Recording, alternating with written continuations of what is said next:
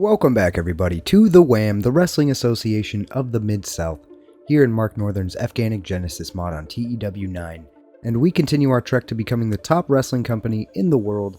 We are number 3 right now, and we've got our next show already booked, ready to go, and we're going to dive right into the action.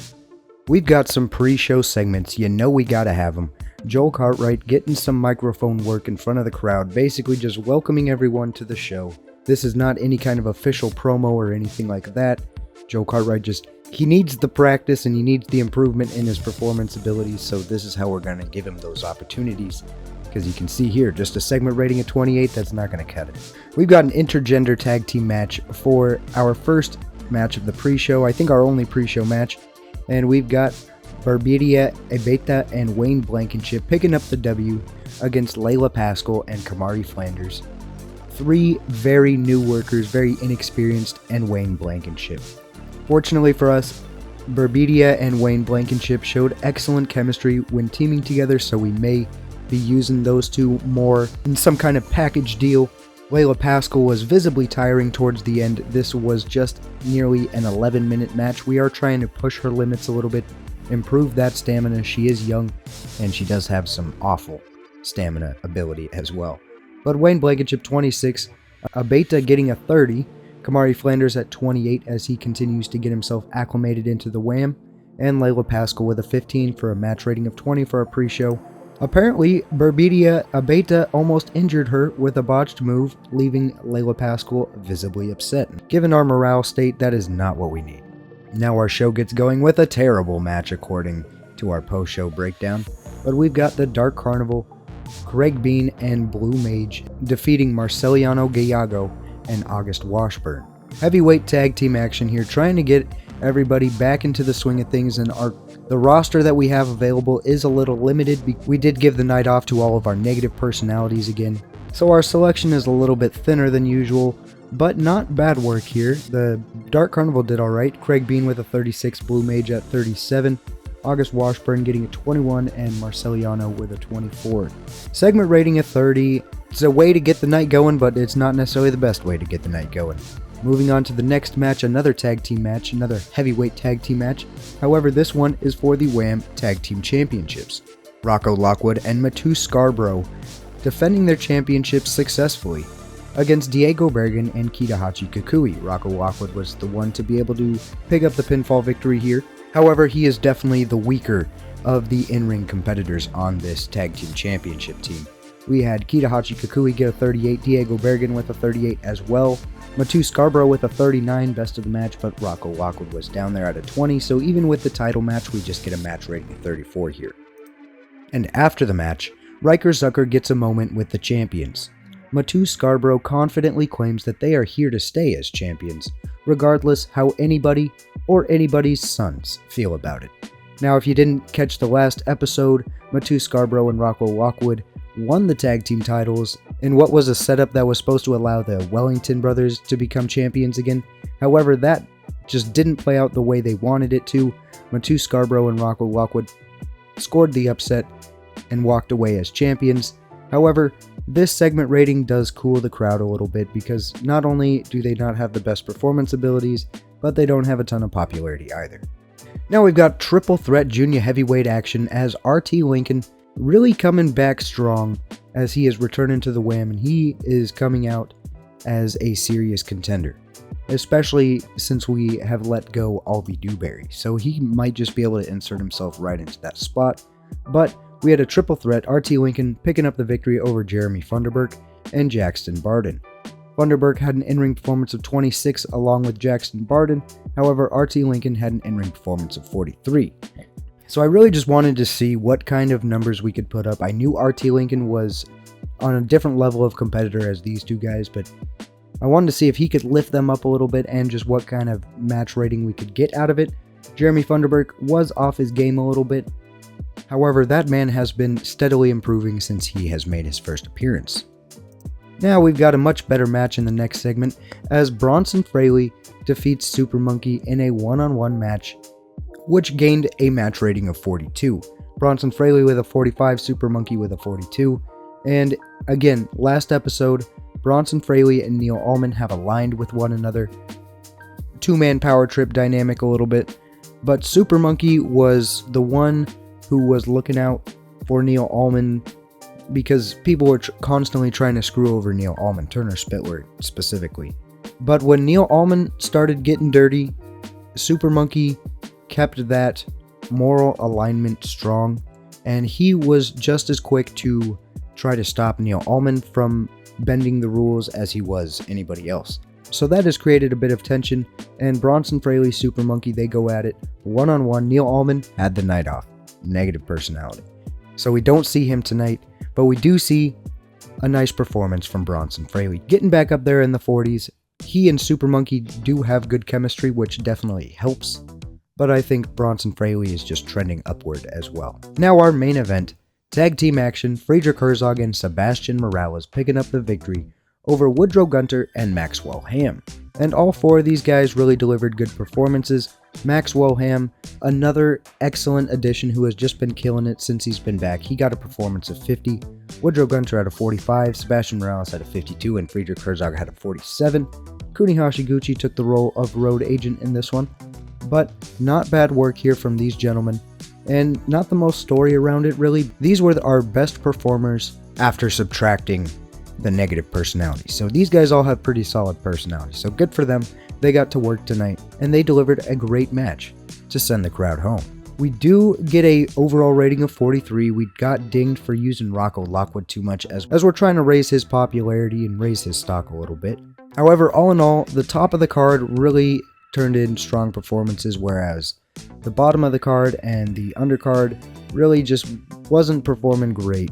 However, I've said it time and time again, the Fortnite Fisticuff shows are meant to give us that opportunity to really give some of these lower guys a chance to improve their skills, gain some popularity, and just continue to flourish. We praise RT Lincoln, Super Monkey, and Kuni Hashiguchi after the show. Profited $2,344. No actual change, but we gained some popularity in the Midwest. We've got another contract update. Oscar Kohler, while he does not have a negative personality and isn't contributing poorly to the backstage, we just do not have a direction for him right now. So he is going to sign a contract for one more appearance and take his leave for the Wham for the time. I do not want to overbloat the roster. We've got 40 people on the roster right now. It's about to be 39 after we get rid of Oscar Kohler.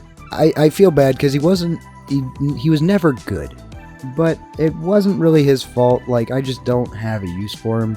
He's kind of lost his aura despite being 6'7", 350 something pounds.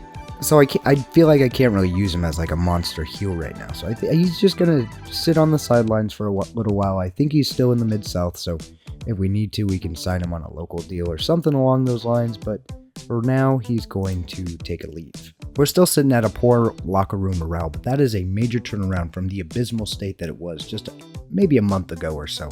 However, other than working on the morales of those who are here, we don't have any major changes to make right now. However, we've got some serious developments here. SPW has made a contract offer to Turner Spittler. Turner Spittler is not on an exclusive deal with us right now. However, he is a pretty prominent figure, and he's a capable hand in the ring.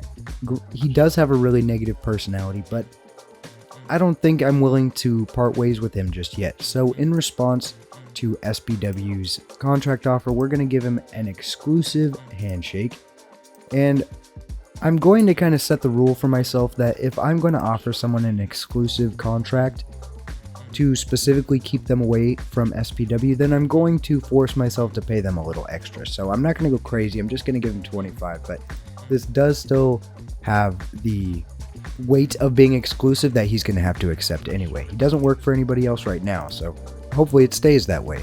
But SPW was his original employer, and we just want SPW to fuck off a little bit. As you can tell, they're trying to fill the roster spot that Maxwell Ham has now created.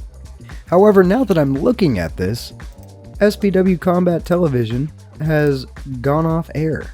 They lost their broadcasting slot, and now they are no longer broadcasting their combat television shows. That doesn't mean they're not broadcasting anything, but the amount of shows that they're putting on is much less than it was. However, they're pulling in attendances of 2,300 where we're still working at like just under 700. And with everything out of the way, that just leaves us with the next edition of the Fortnite Fisticuffs, the final edition before the Frank Norris Memorial Show. Rest in peace, Frank Norris. But we've got a pre-show match, 6-person tag team action. Wayne Blankenship, Verbidia Abeta, and Jackson Barden take a loss to tag team champions Matu Scarborough and Rocco Lockwood, along with Veronica Lutter. Continuing to get some work for some of the new faces, along with an established face that is Wayne Blankenship, kind of just decided that he's going to take on a mentorship role to Verbidia Abeta. They've got great chemistry when teaming together, so we're going to see more of them in the future. And Veronica Lutter looking good alongside the tag team champions. Match rating of 33 for our pre-show match.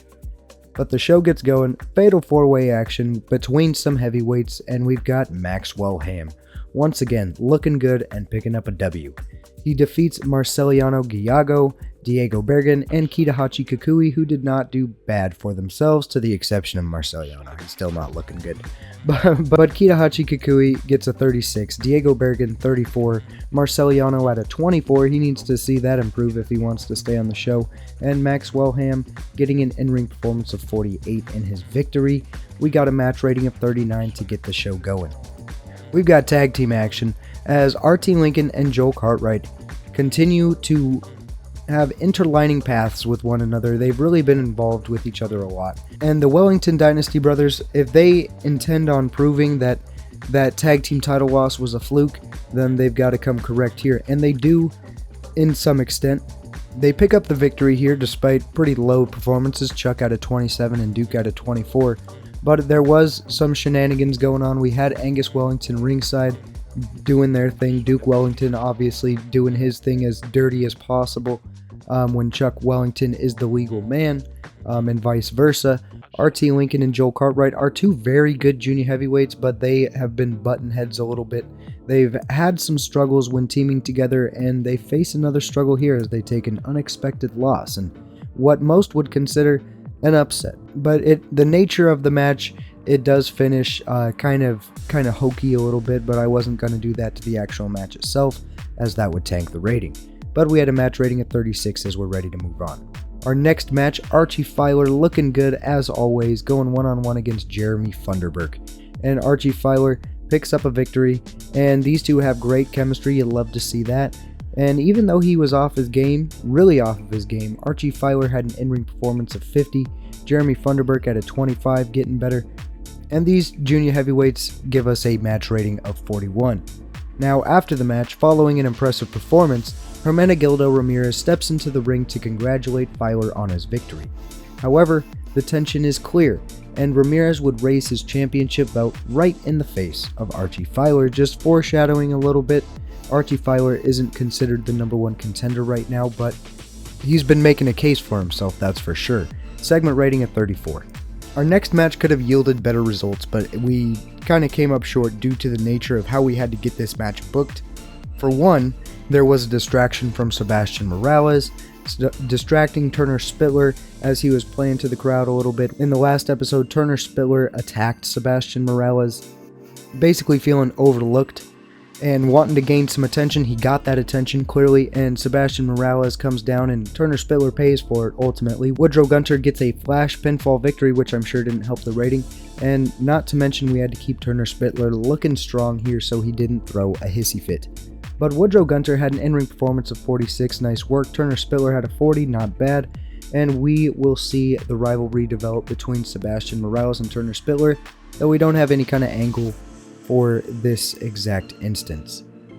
But in our main event, we had Wham heavyweight champion Neil Allman back in the ring against Super Monkey, and they put on a fantastic match. Now, this match was not for the championship because there is a weight limit and Super Monkey is a junior heavyweight, so that's not going to work. But Neil Allman had an in-ring performance of 59, Super Monkey with a 46, and Neil Allman getting his own form of revenge, I guess, for Super Monkey trying to thwart him. And these two put together an excellent match as they got a 57. Now, to end the show, we got one final angle as Bronson Fraley and Neil Allman begin a beatdown on Super Monkey. The two heavyweights impose their will on Super Monkey and make him pay for trying to sabotage Neil Allman's championship victory. The two are standing tall until Woodrow Gunter comes in to make the save. Equipped with a bat, because steel chairs haven't been established yet, Rahan Marlowe chases Neil Allman and Bronson Fraley out of the ring before tending to Super Monkey. Segment rating of 48 to send us off here, and Rahan Marlowe coming to the aid of Super Monkey, and Super Monkey tried to aid Rahan Marlowe. Rahan Marlowe didn't see it that way in the moment, but I think he's kind of realized that Super Monkey's intentions were well. But we get a strong show here. Overall rating of 49 despite us having ring issues before the match, which gave us a penalty. We do increase our popularity in 2 regions. You love to see it. And we have a good show. I'm pretty happy with that one. You would have liked to see Woodrow Gunter and Turner Spittler turn in a better match though. We praise RT Lincoln, Sebastian Morales, and Kuni Hashiguchi, who was very happy with your speech. We may just be turning this morale thing around. Profiting $3,000 thanks to some good ticket sales, and we do reach 41 popularity in the Mid-South. We had a character idea, so we're going to try to use it on RT Lincoln. It was a success, but he's still annoyed. That wasn't too surprising there, but it was worth a shot. Now it seems that SPW will go ahead and screw off for the time being, as Turner Spittler has accepted his exclusive handshake contract for $25. I totally forgot to put a date on it, but it's too late for that now. I can go back and send him a new one, but we'll see what happens. Now, this one's annoying because I feel like SPW is just going to go down the list of my heavyweights, and we're either going to have to sign every heavyweight to an exclusive contract, or SPW is going to end up with one of them. But Duke Wellington is way too important to our story arc to allow him to walk. Now, this time I am intentionally not putting a date on it because the Wellington boys will leave when I decide that they will leave. And Duke accepted the contract. You'll love to see that. Now we'll see who else SPW sent a contract to. Nobody right now. Okay. Ivy Baldridge improved her body type from skinny to toned, and RT Lincoln from average to toned. You love to see it. I usually don't pay a ton of attention to the headlines because they are so gosh darn repetitive, but Carl Barger, a road agent, one of the very few generated road agents, he wasn't very good, but he just died last night after becoming seriously infected following the bite of a rabid badger.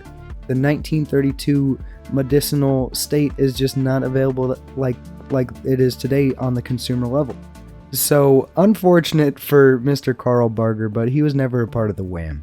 But I really wanted him to be our first road agent when we had no other options. Alright, now you're starting to piss me off, SPW. Matu Scarborough, body change, average to toned. I didn't ask these guys to do any of this, so you love to see that. But Black Bull just got an offer from SPW, and SPW is going to have to fuck all the way off with that one, because we are not going to allow that exclusive handshake. We're going to do $25 for Mr. Black Bull, and we'll go ahead and set it to 2 years, because why not? He ain't going anywhere anytime soon, that's for sure, despite his prickly personality. And folks, it is time for the Frank Norris Memorial Show. Really, one of the toughest shows all year to put on. You know, Frank Norris was such a strong leader, a pioneer, willing to step away from the massive success that SPW was to start his own company, the Wham, the Wrestling Association of the Mid-South. Without Frank Norris, this series would not exist. And so we're going to honor him with some bangers. Or at least the closest thing we can do for that. However, I will say, unintentional, but like 80% of the card ended up being tag team matches. I apologize. Not the best way to book it, but with the stories that we had going on, it just made sense. But of course, we had a pre-show match. Maxwell Ham defeating August Washburn, as Maxwell Ham just continues to look good every time he comes out of the ring. In-ring performance of 50 for Ham, 20 for Washburn, 38 for the match. Tag team action as Barbidia Abeta and Wayne Blankenship continue their relationship, professional relationship that is, and as you can see, they showed excellent chemistry when teaming together, and that's going to help the matches that they put on, probably mostly in the pre-shows, but whatever. Veronica Lutter and Jeremy Funderburk were able to pick up the victory here after Veronica Lutter forced Abeta to submit. Veronica Lutter was the best performer of the match with a 37, Wayne Blankenship at 24, Funderburk at 25, and Abeta at a 32. The ladies are looking good. Match rating at 31. Our show gets going. Black Bull, you know he was going to be on the Frank Norris Memorial Show. we're not going to leave Black Bull off of the Frank Norris Memorial Show. That would just be asinine. Black Bull was Frank Norris's boy, and I think Frank Norris would be proud to see how far Black Bull has come, as he put up an in-ring performance of 42 en route to a victory. And remember, Black Bull couldn't go for like more than 7 minutes to start, because one, I don't think his stamina allowed it, and two, his psychology certainly didn't allow it. So, massive progress for Black Bull. Every time he steps in the ring, I just want to shout him out a little bit. Match rating of 40. Nice job by these two. We get a not so great match, which was definitely expected given who we had here. Matu Scarborough and Rocco Lockwood put their tag team titles on the line against Chuck and Duke Wellington, and once again, Matu Scarborough and Rocco Lockwood make a successful defense, putting the Wellington brothers to shame. And we honestly didn't have any shenanigans for this one. The Wellington boys just straight up lost. Matu Scarborough and Rocco Lockwood are looking good as a team. Rocco Lockwood, he's getting some better in-ring performances at 26. Matu Scarborough's looking much better at a 42. Duke Wellington 25 and Chuck Wellington at a 27. Match rating of 33 for the tag team title match. I do expect this to be the worst match of the night. But in our next match, this is not any way that we wanted this to go. Really unfortunate, as let's just cover the big stuff. Archie Filer sustained a herniated spinal disc. I don't know how long that's going to keep him out, but I can't imagine it's going to be quick. We had a tag team match with Archie Filer and Hermenegildo Ramirez teaming up to take on Joe Cartwright and RT Lincoln. Now, RT Lincoln and Joe Cartwright, they've been having issues collecting W's as a team, but Hermenegildo Ramirez and Archie Filer have kind of been rubbing paths a little bit, you know? We just had a confrontation between them at the last Fortnite Fisticuffs. However, an injury to Archie Filer meant that an audible was called and the finish was changed on the fly. We were headed for a fantastic match, probably a 47-ish area, as Hermenegildo Ramirez had a 53 performance, Filer 55, RT Lincoln at 39, and Joe Cartwright at 41. Really unfortunate, man. That's just, golly, took the air out of me a little bit with that injury to Archie Filer. I really hope it's not too long. But after the match, we did have another little bit. Following another loss, RT Lincoln and Joe Cartwright are at odds with one another. The argument turns physical when RT Lincoln strikes Joe Cartwright, igniting a brawl that had to be separated. So their issues have finally become physical. They've finally broken past that threshold, that boiling point, and Joe Cartwright and RT Lincoln are getting physical. Just kind of, we've been brewing it, but now this is truly setting in motion their rivalry that they're going to step into. In our next match, this was a quote no holds barred match, but given our audience, we can't actually do anything like that, so we just call it that with no actual deviation in game. But Turner Spittler and Sebastian Morales are going one-on-one. Turner Spittler attacked Sebastian Morales about a month ago in an effort to just get noticed, not be ignored, I guess. And he got Sebastian Morales' attention. That led to this match here, and in a very physical match. And Sebastian Morales was not 100% coming into this one, but a very physical match. He didn't back down, and unfortunately, Sebastian Morales comes up short despite putting in the better in-ring performance. Turner Spittler at a 40, Morales at a 48. Turner Spittler with the victory. Match rating of 45. Now our main event could have been a lot better. Not the best way to cap off the show, but it's fitting for the show and given just where our main event has been headed. But this sucks. Bronson Fraley and Neil Allman have absolutely zero chemistry as partners. That sucks. I don't like that. I am tempted to just go and change it myself and just erase that bad chemistry. Comment down below if you think that's BS, if I BS that, because this was a big part of my story here, these guys teaming up. If nobody comments about it, then I'm just gonna do it, because there's only a handful of you guys really tuning in, and if I've got this story in motion, I don't want to be handcuffed by that. So that's how I feel about it. But we get a big tag team match between the Wham OGs, Bronson Fraley and Neil Allman, taking on Rahan Marlowe and Super Monkey, who are forming a team to fight the good fight against some dickheads who have really been screwing over as many people as they come across. Numbers wise, not bad. Bronson Fraley really underperformed here, given the zero chemistry that he has with Neil Allman, but he only got a 33. Neil Allman got a 49. Super Monkey had a 41, and Rahan Marlowe had a 48. Gee, I wonder who the main eventers are in this one. But Neil Allman looking good in this match, and he is able to pin Super Monkey once again for the second show in a row, picking up a big victory for these Wham OGs, doing Frank Norris proud at the Frank Norris Tribute Show.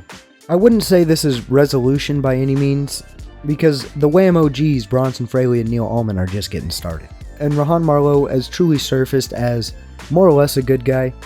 He has not really committed any heelish acts, despite really kind of being on the fence a little bit as he came in. People were unsure, people being me and the rest of the locker room, I suppose. But Rahan Marlowe, overall, good guy.